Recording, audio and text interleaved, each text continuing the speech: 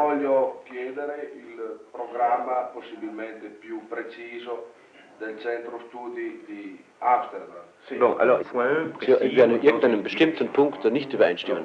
peut-être Armando devrait parler là-dessus. Vielleicht könnte einer von denen etwas darüber sagen, von den Holländern. Ja, ich möchte dazu sagen, das ist so grob gefasst, dass man von Punkt noch gar nicht springen kann. C'est conçu si largement qu'on ne peut pas parler maintenant d'un point. C'est trop vaste. Ce n'est pas l'affaire du centre d'Amsterdam d'engager Nicht die Aufgabe des Zentrums von Amsterdam. l'activité des autres.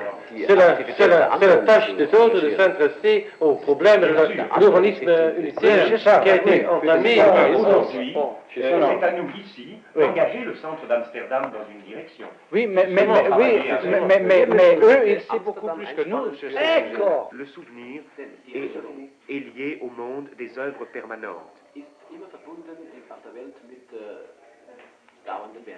Le souvenir de Rembrandt, ce sont les tableaux dans les musées. Alors nous avons beaucoup d'orgueil, mais pas celui d'être Rembrandt dans les musées. Que lui, il traduit pas en hollandais, pas audience.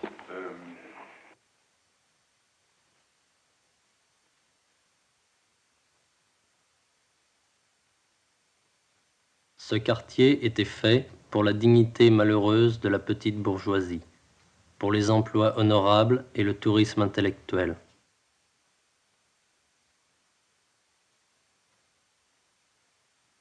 La population sédentaire des étages était abritée des influences de la rue.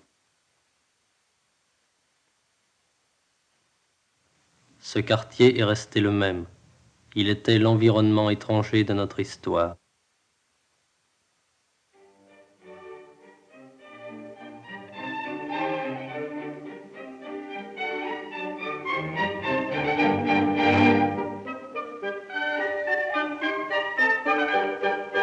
Ici était mis en acte le doute systématique à l'égard de tous les divertissements et travaux d'une société, une critique globale de son idée du bonheur. Ces gens méprisaient aussi la prétendue profondeur subjective. Ils ne s'intéressaient à rien qu'à une expression suffisante d'eux-mêmes, concrètement.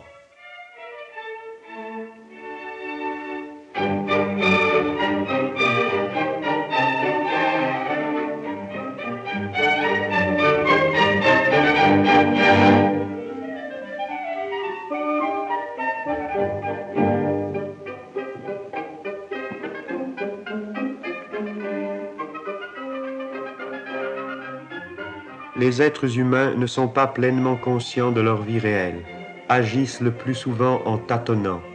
Leurs actes les suivent, les entraînent, les débordent par leurs conséquences.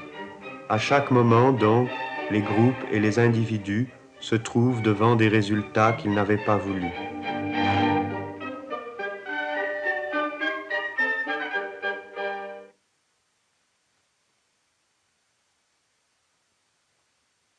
Ils disaient que l'oubli était leur passion dominante. Ils voulaient tout réinventer chaque jour, se rendre maîtres et possesseurs de leur propre vie.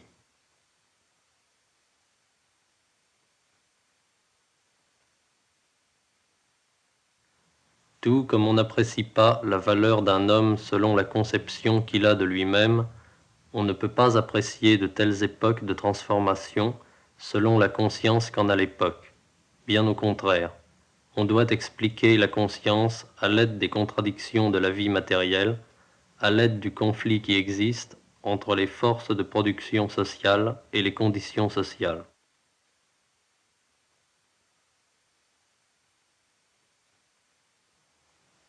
L'élargissement de la vie quotidienne n'avait pas encore suivi les progrès atteints dans la domination de la nature. La jeunesse s'écoulait entre les divers contrôles de la résignation. Notre objectif a saisi pour vous quelques aspects d'une micro-société provisoire. La connaissance des faits empiriques reste abstraite et superficielle tant qu'elle n'a pas été concrétisée par son intégration à l'ensemble, qui, seul, permet de dépasser le problème partiel et abstrait pour arriver à son essence concrète et implicitement à sa signification. Ce groupe était en marge de l'économie. Il tendait à un rôle de pure consommation et d'abord de consommation libre de son temps. Il se trouvait ainsi directement occupé des variations qualitatives du quotidien, mais dépourvu de tout moyen d'intervention sur elles.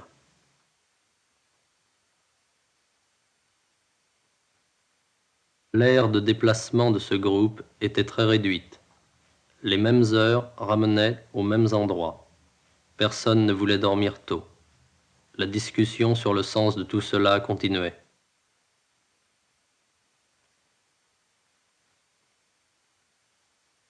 Notre vie est un voyage dans l'hiver et dans la nuit. Nous cherchons notre passage.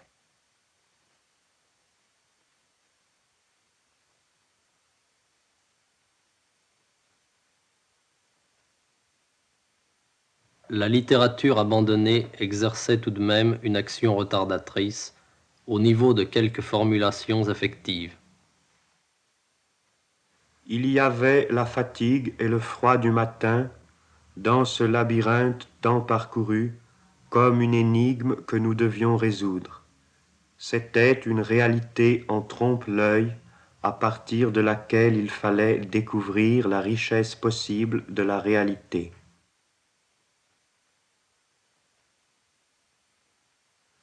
Au bord de la rivière recommençaient le soir et les caresses et l'importance d'un monde sans importance.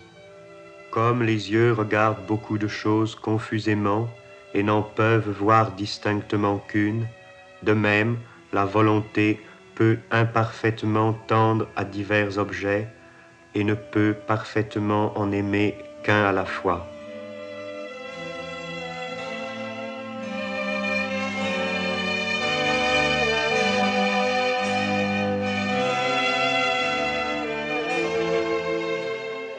Personne ne comptait sur l'avenir.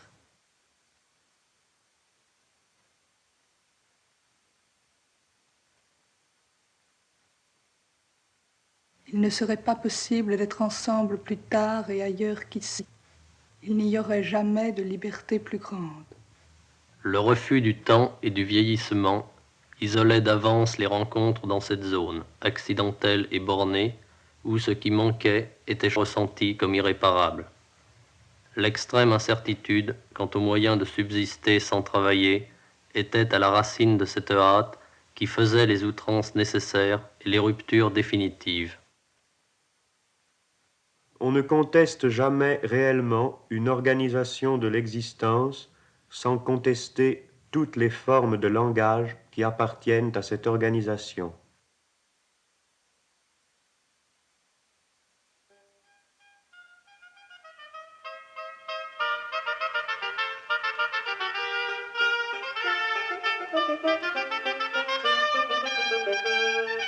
Quand elle s'exerce dans un circuit fermé, la liberté se dégrade en rêve, devient simple représentation d'elle-même.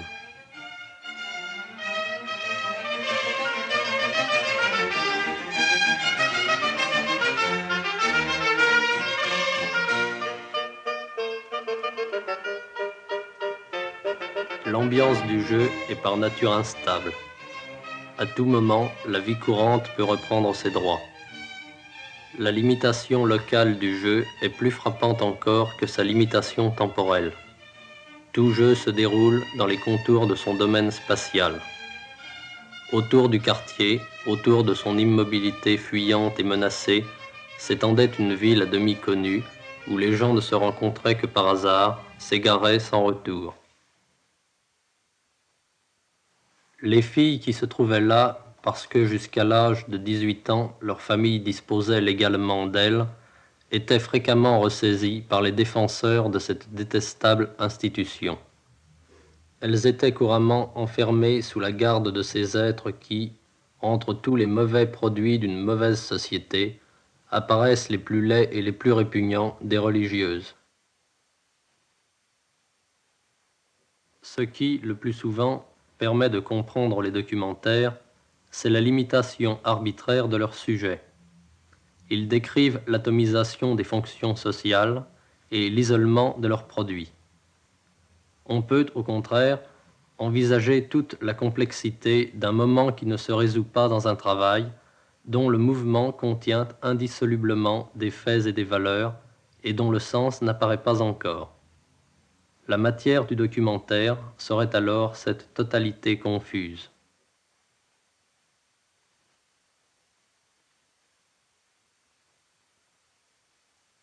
L'époque était parvenue à un niveau de connaissances et de moyens techniques qui rendait possible et de plus en plus nécessaire une construction directe de tous les aspects d'une existence affective et pratique libérée.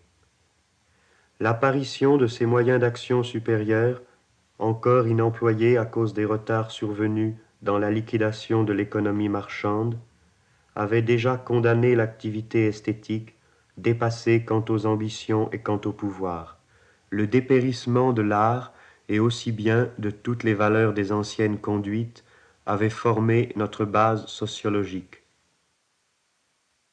Le monopole de la classe dominante sur les instruments qu'il nous fallait contrôler pour réaliser l'art collectif de notre temps nous avait placés en dehors même d'une production culturelle officiellement consacrée à l'illustration et à la répétition du passé. Un film d'art sur cette génération ne sera qu'un film sur l'absence de ses œuvres.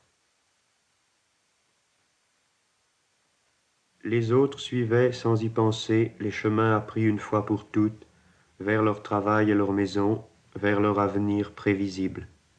Pour eux déjà, le devoir était devenu une habitude et l'habitude un devoir. Ils ne voyaient pas l'insuffisance de leur ville, ils croyaient naturelle l'insuffisance de leur vie.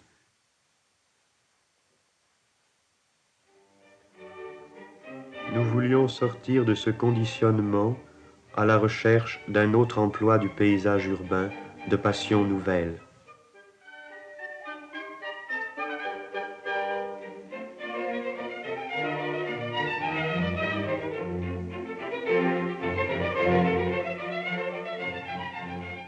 L'atmosphère de quelques lieux nous faisait sentir les pouvoirs à venir d'une architecture qu'il faudrait créer pour être le support et le cadre de jeux moins médiocres. Nous ne pouvions rien attendre de ce que nous n'aurions pas modifié nous-mêmes. Le milieu urbain proclamait les ordres et les goûts de la société dominante avec une violence égale à celle des journaux. C'est l'homme qui fait l'unité du monde, mais l'homme est répandu partout. Les hommes ne peuvent rien voir autour d'eux qui ne soit leur visage, tout leur parle d'eux-mêmes, leur paysage même est animé. Il y avait partout des obstacles. Il y avait une cohérence dans les obstacles de tout genre. Ils maintenaient le règne cohérent de la misère. Tout étant lié, il fallait tout changer par une lutte unitaire ou rien. Il fallait rejoindre des masses, mais autour de nous le sommeil. La dictature du prolétariat est une lutte acharnée, sanglante et non sanglante, violente et pacifique, militaire et économique, pédagogique et administrative, contre les forces et les traditions du vieux monde. Finalement, dans ce pays, cette fois encore, ce sont les hommes d'ordre qui en sont venus à se faire émeutiers. Ils ont assuré davantage leur pouvoir. Le grotesque des conditions dominantes, ils ont pu l'aggraver selon leur cœur. Ils ont décoré leur système avec les pompes funèbres du passé. Des années, comme un seul instant prolongé jusque-là, prennent fin. Ce qui était immédiatement vécu reparaît figé dans la distance, inscrit dans les goûts et les illusions d'une époque, emporté avec elle.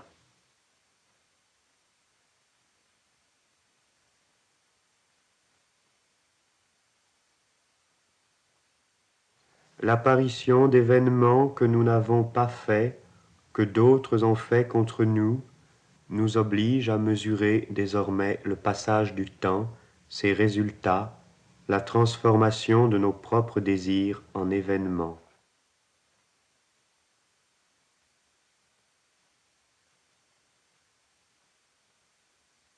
Ce qui différencie le passé du présent est précisément son objectivité hors d'atteinte.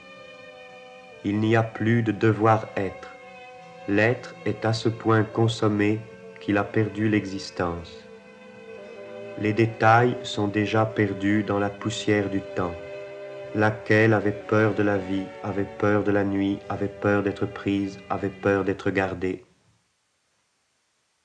Ce qui doit être aboli continue, et notre usure continue avec. On nous abîme, on nous sépare. Les années passent et nous n'avons rien changé.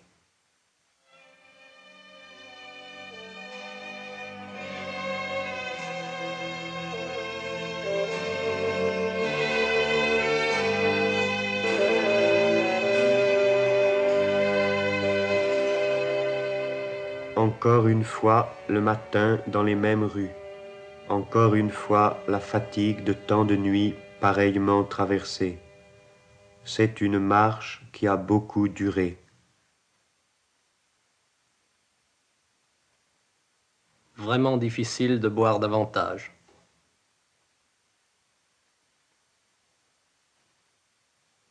Évidemment, on peut à l'occasion en faire un film. Cependant, même au cas où ce film réussirait à être aussi fondamentalement incohérent et insatisfaisant que la réalité dont il traite, il ne sera jamais qu'une reconstitution, pauvre et fausse comme ce travelling manqué.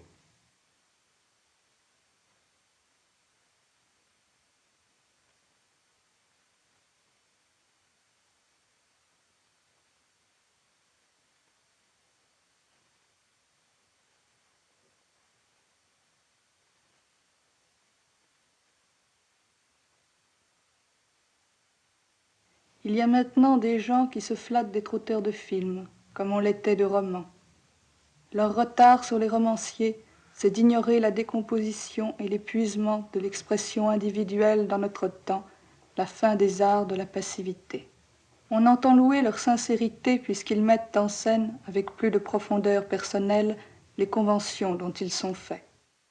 On entend parler de libération du cinéma, mais que nous importe la libération d'un art de plus, à travers lequel Pierre, Jacques ou François pourront exprimer joyeusement leurs sentiments d'esclaves. L'unique entreprise intéressante, c'est la libération de la vie quotidienne, pas seulement dans les perspectives de l'histoire, mais pour nous et tout de suite.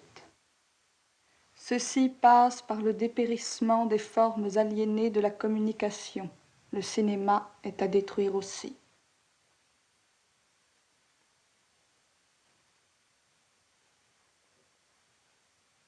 En dernière analyse, ce n'est ni le talent ni l'absence de talent, ni même l'industrie cinématographique ou la publicité, c'est le besoin qu'on a d'elle qui crée la star. C'est la misère du besoin, c'est la vie morne et anonyme qui voudrait s'élargir aux dimensions de la vie de cinéma. La vie imaginaire de l'écran est le produit de ce besoin réel, la star est la projection de ce besoin.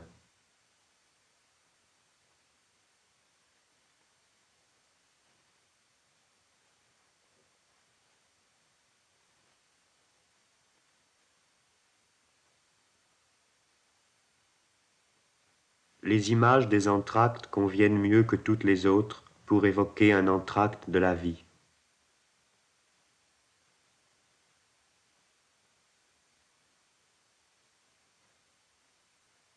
Pour décrire effectivement cette époque, il faudrait sans doute montrer beaucoup d'autres choses. Mais à quoi bon? Il faudrait plutôt comprendre la totalité de ce qui s'est fait, ce qui reste à faire, et non ajouter d'autres ruines au vieux monde du spectacle et des souvenirs.